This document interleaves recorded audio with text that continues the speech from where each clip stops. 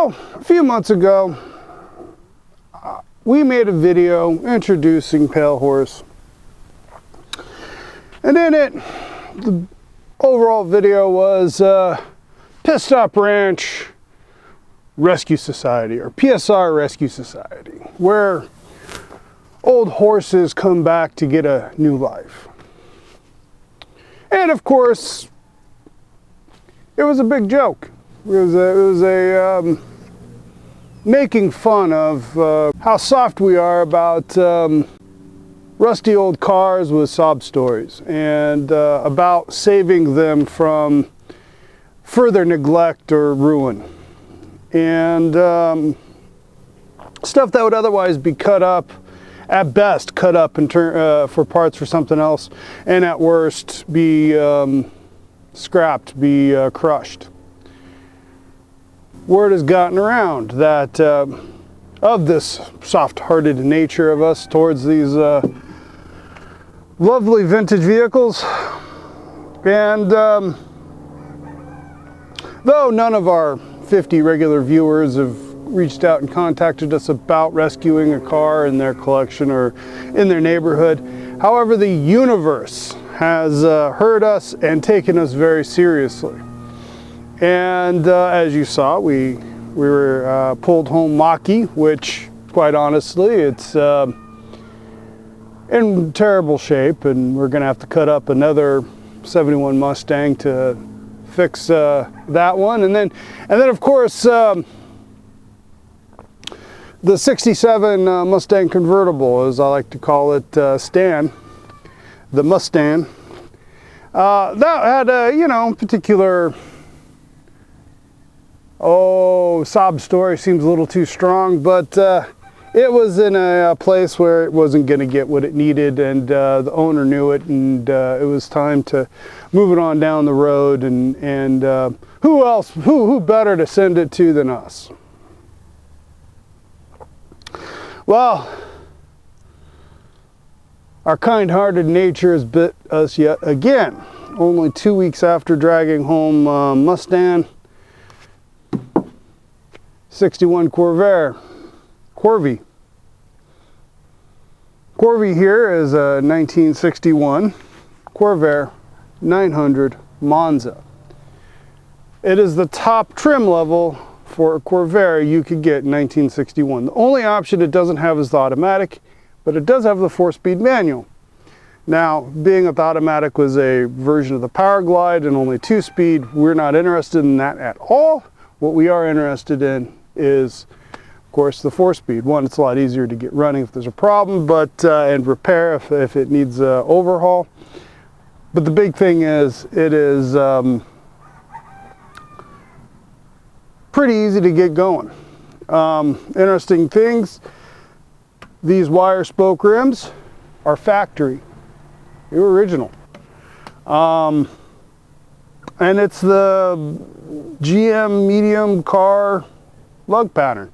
So I mean, we could take these tires and toss them onto any A-body.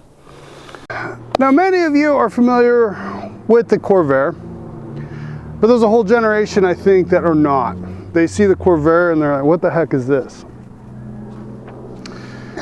So I'm going to give a brief history off the top of my head. So for those of you who are Corvairistas and live and breathe these cars to an extent that I have yet, feel free to correct me in the comments below. Be as brutal as you need to be. No, I don't know crap. For everybody else, as far as you know, this is the true history of the Corvair. And hopefully it's more than you can just read on the Wikipedia, or at least agrees with what's on the Wikipedia. Regardless, through the 50s, cars steadily got larger and larger and larger. And in '59, the Chevrolet, whether you got it as the Impala, the Bel Air, whatnot, was a big car. Same with the Buick, same with all the others. In the late 50s, GM recognized a need in the marketplace for a small car. And the giveaway for this was, of course, the success of things like the Nash Metropolitan and other small AMC cars, along with the surprising popularity of the quirky VWs, air-cooled VWs, the Beetle, and the bus. So GM wanted to do something different, unique. Now they created a small car unibody that the original Tempest, the original Buick Special, and actually the Corvair was based upon. A little different for the Corvair because of its unique drivetrain layout, but the overall platform, suspension design, etc., was a lot of shared components between those three cars. Oh, and the Oldsmobile F85. Now in 64, all those cars went to a perimeter frame, body on chassis, A-body platform, which then ran all the way up, including the renaming of it to the G-body to 1987. But and the initial batch of small cars that were based on it, with the exception of the Corvair, that small car platform, were transitioned to the A-bodies and became the A-bodies on forward. Now the Corvair was produced from it started production in late 59 as a 1960 model year and ran through 69, 70. I'm a little fuzzy on that last number, so put it down in the comments and tell me what it is. Tell us all what it is. With a major redesign in 65 to address some design issues that were famously noted in internal GM documents regarding to handling. That later was the basis of Ralph Nader's book on Safe at Any Speed, which of course is where most people who are not car people are familiar with the name Corvair, at least if you're over a certain age. Now this is one of the early examples, 1961, so 1 year after the car actually came out. It is the two-door sedan. So the idea was it was meant to be a compact car, economy car. So they built it for that purpose, and it was a success. They were expecting more sales, but it was doing all right. It was doing good enough to keep making it and keep going. But it being a little bit quirky compared to more conventional US models, wasn't the huge knock it out of the park seller that Chevrolet was wanting. And it was a huge departure, a really important departure on design, and at a time when GM had no reason to take chances. They took a big chance, they took a big gamble on this car, and it worked. After a few years of running it, one thing they noticed was the top trim level, the 900 Monza, such as this, was selling at a higher percentage than expected. And so they realized that the Corvair was kind of a niche car, kind of a specialty car. And so in 63, 64, they came out with the Chevy 2, which is highest trim is the Nova. So that replaced the Corvair as the bottom level car. It needed to be a little more sportier. So by the 65 redesign, it was much sportier. And if you're actually looking to race a Corvair, you want to go with a later 65 through the end of production 69 car for performance. So as a result, these are kind of a niche, unique car. They still made hundreds of thousands of them, and they're still they're uncommon, but they're not rare. Most moderate car shows, you see one or two of either generation show up at a car show. It's not as common as a first generation Mustang, or it's like a 65 Mustang or a 70 Chevelle. Now, there is the internet meme of picture of one of these with it's basically a Porsche 911, right?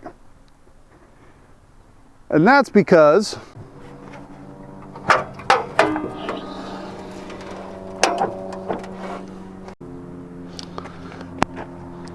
the air-cooled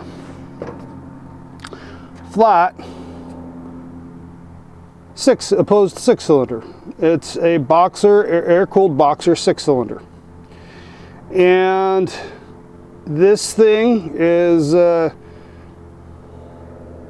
pretty cool. It's funny to think, or unique to think, that here GM was doing this. What a big departure. They didn't have to do this, and yet they did. And it was pretty reasonably priced vehicle.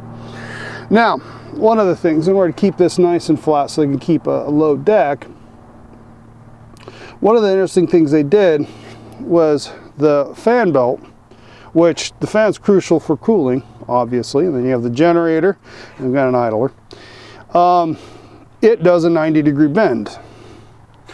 Now, when I was growing up, everyone said what neat cars they were, but you had to make sure you had a spare belt in your glove box because these broke all the time because of this bend. However, Jay Leno, who is a big fan of these cars and has several of them, has said that he's never experienced fan belt breaking on any of his Corvairs that he drives on a regular basis. However, he still carries a fan belt in his glove box just in case that were to ever happen. This is, of course, not the most powerful iteration of this whole setup, and we're not going to do any hot rodding with this. The chassis dynamics are not what you want to go racing with. This is something that we're going to just get running, enjoy, and then probably pass it on to someone else who's appreciates these old girls. Okay, here's the worst thing with this car, and that is some rod or something punched the windshield right here. New windshield and rubber, a few $100, not a big deal. A little bit of bubbling on it, but anyways, supposedly it runs. But it's been disconnected from the gas tank because it's assumed the gas tank is rotten. It's probably gonna be put the battery on a charger, dump some gas down the carburetors, it cranks on the key, crank it on the key, hear it cough a few times, and then when that, and I could probably do that in half an hour right now. That's not a problem. Now, this lighting is perfect to show any imperfections, and there's very few. It's all metal, best we can tell, and it's a little wavy, you know, but no worse than what it was from the factory. Almost appears it had a cheap respray at one point. A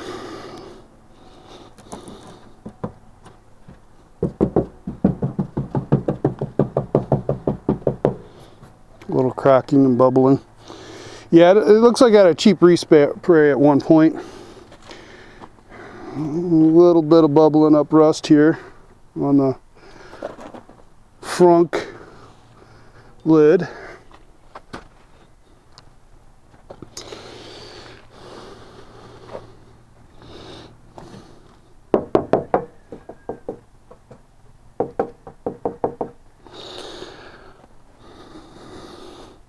It's a solid 20-footer crawl. I'm not a fan of these, but you know, whatever.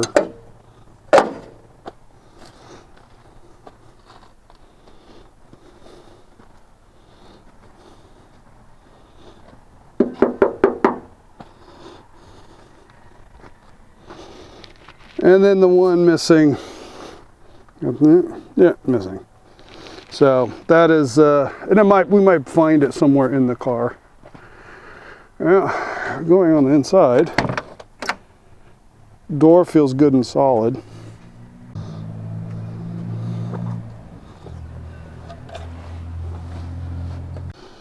Carpet's got to go.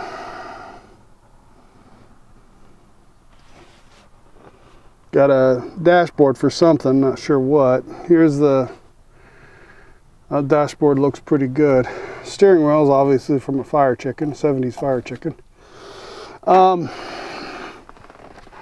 The shifter really feels like for a truck, which, I mean, it's a Saginaw 4-speed, so it's not surprising. Did some butchery on the underdash. Got a shag carpet there. Oh, I see. No, that's an equalizer, and then an spot for an 8-track player. We've got a bunch of, came with some 8-track tapes. All the seats are in good shape. Needs a good cleaning. Headliner is a bit of a disaster. Had obviously a few 70s, 80s touch-ups, mods to contemporize it. Not at all sure what the heck that is for.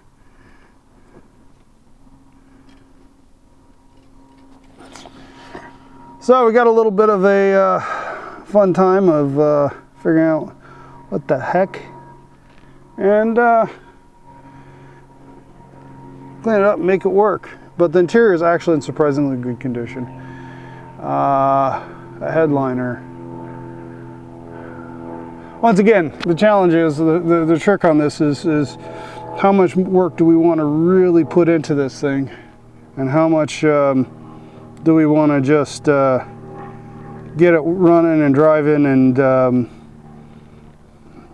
enjoy it, maybe pass it on down the road for somebody else to really restore it or customize it or what have you. Yet another episode of Pit Stop Ranch Rescue Society. Once again, we weren't planning this. It was the seller was moving, and though he had another buyer lined up, the other buyer wasn't going to show up in time to pick it up. So we went ahead and we picked it up. If that other buyer is interested, they can get a hold of us and maybe we can work a deal out.